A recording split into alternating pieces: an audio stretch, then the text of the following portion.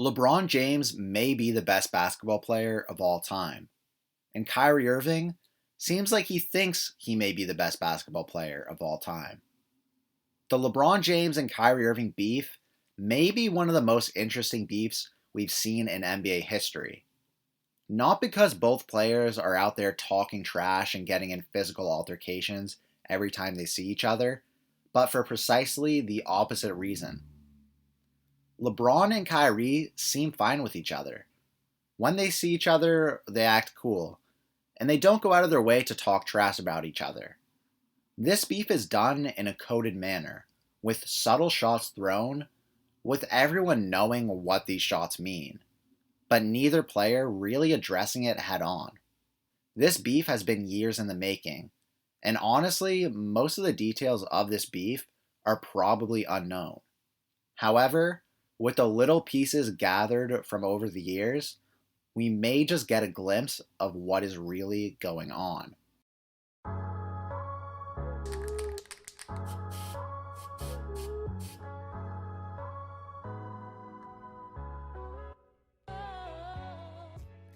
LeBron James was drafted by the Cleveland Cavaliers in 2003 and played with the team for 7 seasons before moving to South Beach to play with the Miami Heat.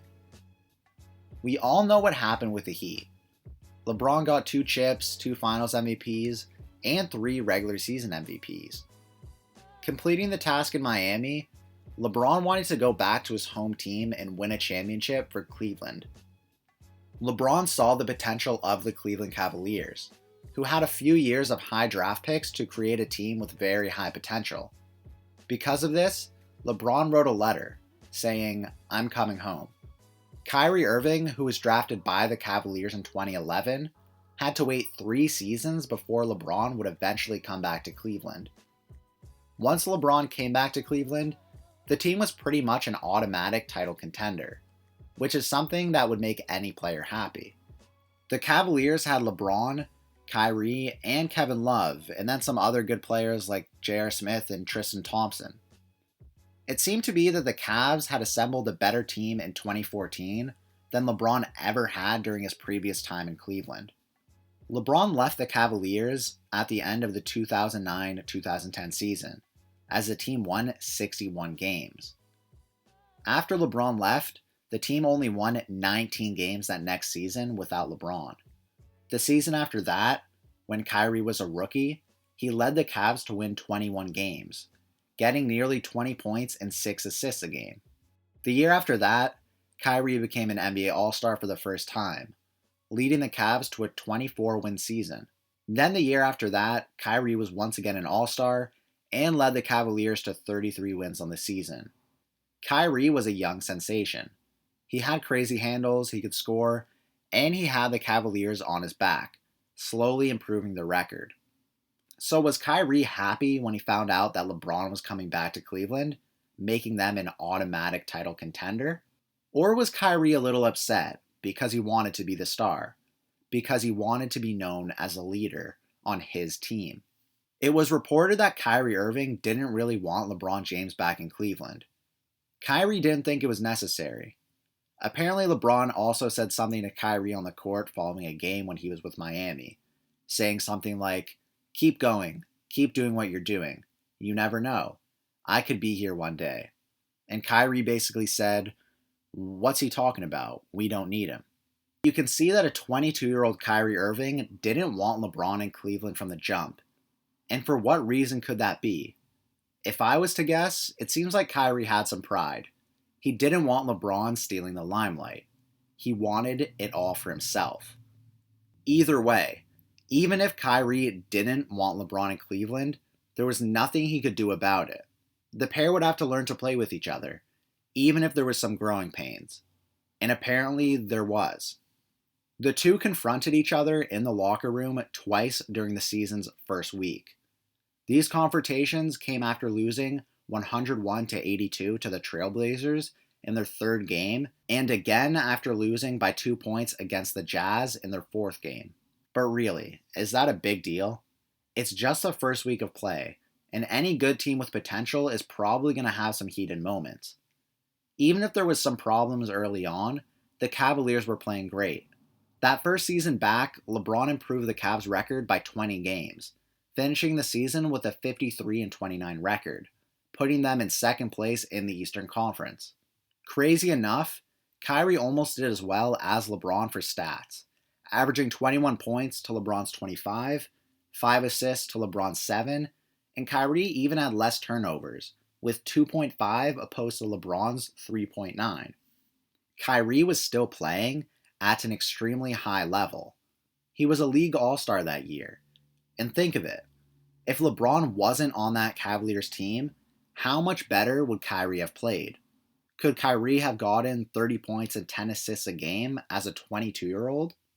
This may be a bit of a stretch, but it seems like Kyrie could have possibly been getting better stats than the MVP that season, Stephen Curry, who only averaged 2 more points and 2 more assists a game than Kyrie. So was all that getting to Kyrie's head? Well, let's look at what happened in the playoffs that year.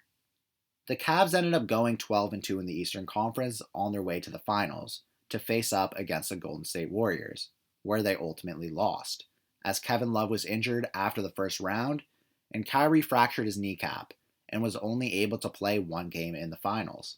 Even though Kyrie had some legitimate health issues, LeBron was a bit annoyed. In this Sports Illustrated article, it says, before Kyrie blew out his knee, he was having leg problems. He was limping through series and taking games off. This annoyed LeBron and LeBron's people to no end. They were calling him soft and questioning his toughness, and LeBron was doing it in his comments to the media. So maybe LeBron was a little mad at Kyrie, but being angry doesn't get you anywhere. The Cavs lost in the finals, but if 2 of their 3 best players weren't out, then there's a real possibility that they would have won. The only response to this was to run it back, and that's exactly what they did. That next year, the Cavs improved their record, this time placing first in the Eastern Conference. LeBron that year pretty much averaged a stat line of 25, 7, and 7, while Kyrie, who was still recovering from his injury, played just over 50 games and had a worse stat line than the previous season, and it was the first time in 4 years that he wasn't an NBA All-Star. Looking at the playoffs, the Cavs once again went 12-2 on their way to the finals, when they once again faced up against the Warriors, where this year they had a record-breaking season, getting 73 wins and 9 losses. Remember what happened in that final series? Remember how the Cleveland Cavaliers came back from a 3-1 deficit in the NBA Finals against arguably the best team of all time? Remember the memes and the media coverage surrounding that historic series? The player who was getting the most coverage from that series was LeBron James, and rightfully so.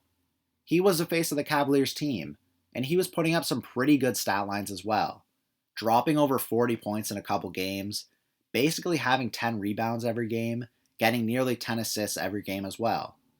LeBron was on fire. He basically carried the Cavaliers. Remember that block against Andre Iguodala at the end of Game 7, which led his team to the win? Well, maybe some people saw it differently. Even though LeBron's stat lines make it seem like he was completely holding the weight of the team on his back, and history may point to LeBron as the reason for why the Cavs won that series, Kyrie was also an enormous part of the Cavaliers' win. Kyrie had a game with 30 points, another game with 34 points, and another game with 41 points in that series. And if you forget, the actual game-altering play that led the Cavaliers to win that series was not by LeBron. It was by Kyrie. Kyrie hit the go-ahead step-back three-pointer on Steph Curry's head with less than a minute left in the game. I'm not going to sit here and say that Kyrie was disrespected and didn't get any media attention for that shot, because he got a lot of attention for it, as he should. That was one of the biggest shots in NBA history. If Kyrie Irving didn't hit that shot, the Warriors could have just as easily won that game. The Warriors would have then maybe been known as the best team of all time, winning an NBA championship on a season where they went 73-9. LeBron also wouldn't have a ring for the city of Cleveland, and he'd be adding another loss to his finals championship resume. But Kyrie Irving stopped that from happening. Kyrie Irving hit possibly the clutchest shot in NBA history. So why does a block from LeBron James get more coverage than the game-winning shot? Well, it's because it's LeBron James, right? It's always about LeBron James, never about Kyrie. Winning the NBA Finals should be one of the happiest moments of your life. From playing basketball as a little kid, playing on a travel team, going through the struggles of high school, college, then making it to the NBA, and finally reaching the pinnacle of your sport. The culmination of all that work leading you to be a champion would be an amazing moment for basically everyone. But apparently for Kyrie, it was a little different. Brian Windhorst, who was at the NBA Finals, had something interesting to say about Kyrie. He won the finals, and he was angry. He seriously won the finals. His father and sister came out to hug him, and he was angry. He was mad in that moment. And then, when he got to the locker room, while his teammates were celebrating, he FaceTimed Kobe Bryant. If Kyrie was actually upset after winning an NBA championship, then what's the next move? Was he really going to try and repeat with a team that he was unhappy with? Apparently, Kyrie and his camp considered asking for a trade after the championship, but they decided to keep it in-house and not go forward with it. But it was something they discussed. The next season came around, and Kyrie was playing very well. Same with LeBron. The team came second in the Eastern Conference, but by playoff time, the team was ready to do some damage. The Cavaliers only lost one game in the playoffs on their way to the NBA Finals, but by the time they got there, they just did not have enough to defeat the Golden State Warriors, who now had Kevin Durant. From an outsider's perspective, everything seemed to be doing well for the Cavaliers. Of course, it was going to be difficult to beat the Warriors, and no one really expected them to do so. But the Cavaliers could at least try and get another all-star talent and run it back to see if they could beat the Warriors. LeBron was great at recruiting talent, and what player wouldn't want to come and instantly have a chance at a championship? That's what LeBron wanted to do. But did Kyrie have the same plan? And did the Cavaliers team management have that same plan as well? Like, comment, subscribe, and thanks for watching.